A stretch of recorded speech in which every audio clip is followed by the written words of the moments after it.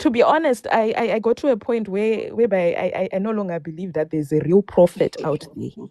Especially going to church, I feel like it's a waste of time. You just need to stop going to those churches. The other part that interested me is why did you leave Emmanuel Makandiwa's church after the demise of Pastor Tembo? Oh, Pastor Tembo, I saw the whole transition of the way he would preach to people. It changed from a certain stage. It looked like he was a follower of Makandiwa in a way. Then towards his death time, he was a different person. We could all tell like this person is now preaching from a different realm. We could all tell. I know people say that the church is full of cult or whatever, but I believed in what that man preached, Jacob Tembo. Tembo, let me tell you about Tembo. Tembo had transformed. Tembo had changed completely. His messages had changed to a point whereby there were now conflicts between him and Makandiwa because of the doctrine Tembo was teaching. And I'm happy that you saw that Jacob Tembo had transformed. No, Jacob Tembo had transformed, which was one of the reasons why he had to die. Yes. Okay. And he was told that if you see me visiting, you know that you're dying. Was he told that explicitly by Makandiwa? Yes, as a prophecy. He said, if you see me visiting your church, you must know that you are going to die. Yes. And what did he say? What did Tempo say? He had accepted it. And he was told that he was only left with a few days to survive. By Makandiwa himself? Yes. And you know, the wife actually changed the curtains, the bedding and everything because it was part of the prophecy that they were told that if you see me coming to your house, know this and this and this is going to happen. But that was not a prophecy. Makandiwa already knew that Tempo was going to had to die. I don't know. We were all shocked because around that time I was at school. Was it mysterious the way that he passed away? Yes, so that's what they say. Because he never lost weight or whatever. It was just a headache which couldn't go off. Exactly. Yeah. That's how they all go. And let me ask you this question. Did Makandiwa attend Pastor Temple? Yes, he came. I was there at the funeral. Did he come to the funeral? Come on, you're not there. I was there. Makandiwa came. Let me tell you. Where was the funeral? He came in the morning. Did he come to the funeral when Temple was being buried? No. He just came to Mutare to do the last sermon at his house. Was Tempo's body there when Makandiwa came? We didn't see it. What about at the burial? Was Makandiwa there? Yes, he came. I mean to the burial when Tempo was being buried. I don't know. I don't know. Because a lot of people, they only went for that same one. I don't know if... He did not go to the burial. I heard about that story that he didn't attend. He didn't attend. That's what I heard too, but I just couldn't believe it. Exactly, couldn't believe it because it doesn't make sense. Tempo and Makandiwa were very close. Do you understand? Tempo was like second in command to Makandiwa. Was second in charge. Where I'm getting to is to the aspect that highlights why they don't attend funerals and the burial of them. Oh, there was a sermon again which was preached about. It was someone who was talking about it, like why Makandiwa doesn't go to his pastor's funerals. I don't know. I didn't listen to it, but people were talking about it. Why doesn't he go to those things? So I was just like, but he came to Jacob Tembo's funeral. He did the sermon, so I didn't know. I don't want to say bad things to the people. Maybe he's a man of God, I don't know, but I believe so much in Jacob Tembo's teaching. Makandiwa can never be a man of God. Let's not give him that glory. I just wanted you to know that he can never attend the burial of any of his pastors, and he has never done it in the past, and he will never do it in the future. Yeah, I don't have to explain why he doesn't, but those who have read The Dark Lords of Benin, they already know. Yeah, I downloaded your book. I'm yet to read it. You have not yet started? Yes. So you get... I was just enjoying these lives. No, as you read it through, you get closure in understanding as to why Makandiwa does not attend the funerals of his junior pastors.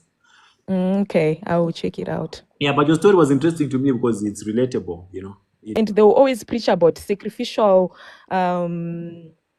they call it what? A seed. Sacrificial seed.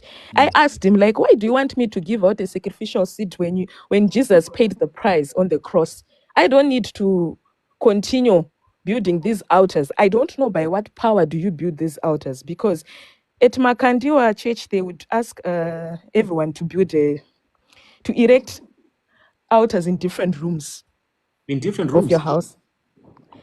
Let's say at your house you can put 2 altars, maybe in the living room and in your bedroom, and on Sunday you'd bring those altar money to the church.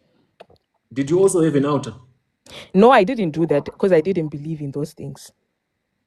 Yeah, I think we once It's more spoke like about. a shrine that you'll be putting in your house. Yeah, there's a lady who came and explained the altars at Makandiwa. I don't know if you were there or if you watched the video. No, I wasn't there. Yeah, she did explain that they were also made to erect these shrines or these altars in the house, where you have to go to that altar and consult and leave a seed on the altar. And each and every day you go to this altar, it must have Makandiwa's pictures, anointed materials. You must not go empty-handed. You must always Yes, you go were with supposed to money. put his pictures. And most of these people who used to do those things, most of them, they went broke.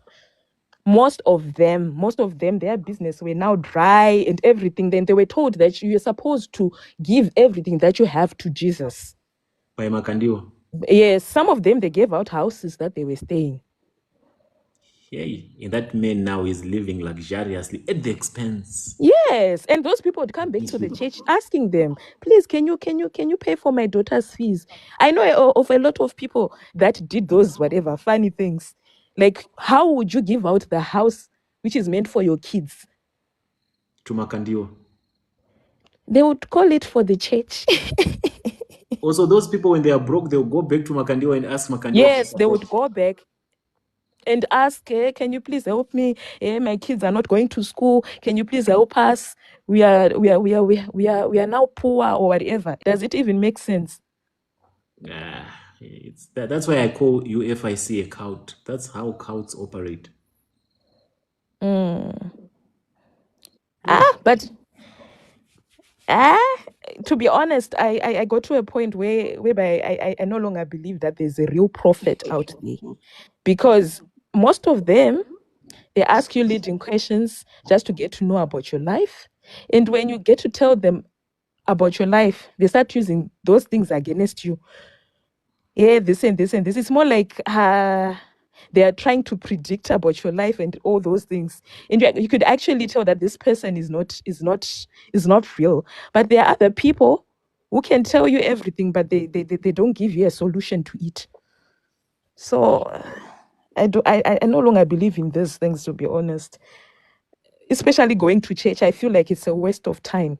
It's better to know God on a personal level, reading the Bible, getting to know God, understanding how God works, praying for yourself, being a good person. I believe that's the best way to be a Christian, rather than going to church, rather than trying to fit in where you feel like you can't even fit in. Because if you have a good spirit of discernment, you can actually tell yourself, this place is full of bad spirits. You can actually feel it when you get into a church like that. I see when I hear testimonies of people like you who can now see through the churches and through I've all seen it, or even TB Joshua. I used to follow TB Joshua. you have given us your story. And that story, I hope is going to open the eyes of many people who are also spiritual sons and daughters, especially UFIC members who have altars in their homes. If you're a UFIC Even member, if you have an altar, please break that nonsense, throw it away, and leave that shrine called UFIC. Makandiwa can never lead you to Christ. Makandiwa is deep into these practices and ritualistic tendencies. Be wise and seek Christ and develop a personal relationship with Christ. You'll never go wrong. Don't waste your time in these shrines. You do not know the gods that they serve. That's why you must familiarize yourself with the information in the dark clouds of Benin, so that you know what is lurking beneath this facade, glorious appearance of the prophetic. The prophetic is a vehicle of rituals and sacrifices and lifetime covenants. It has nothing to do with Jesus Christ. Know this and have peace. My sister, that was quite an enlightening yeah, testimony. thank you.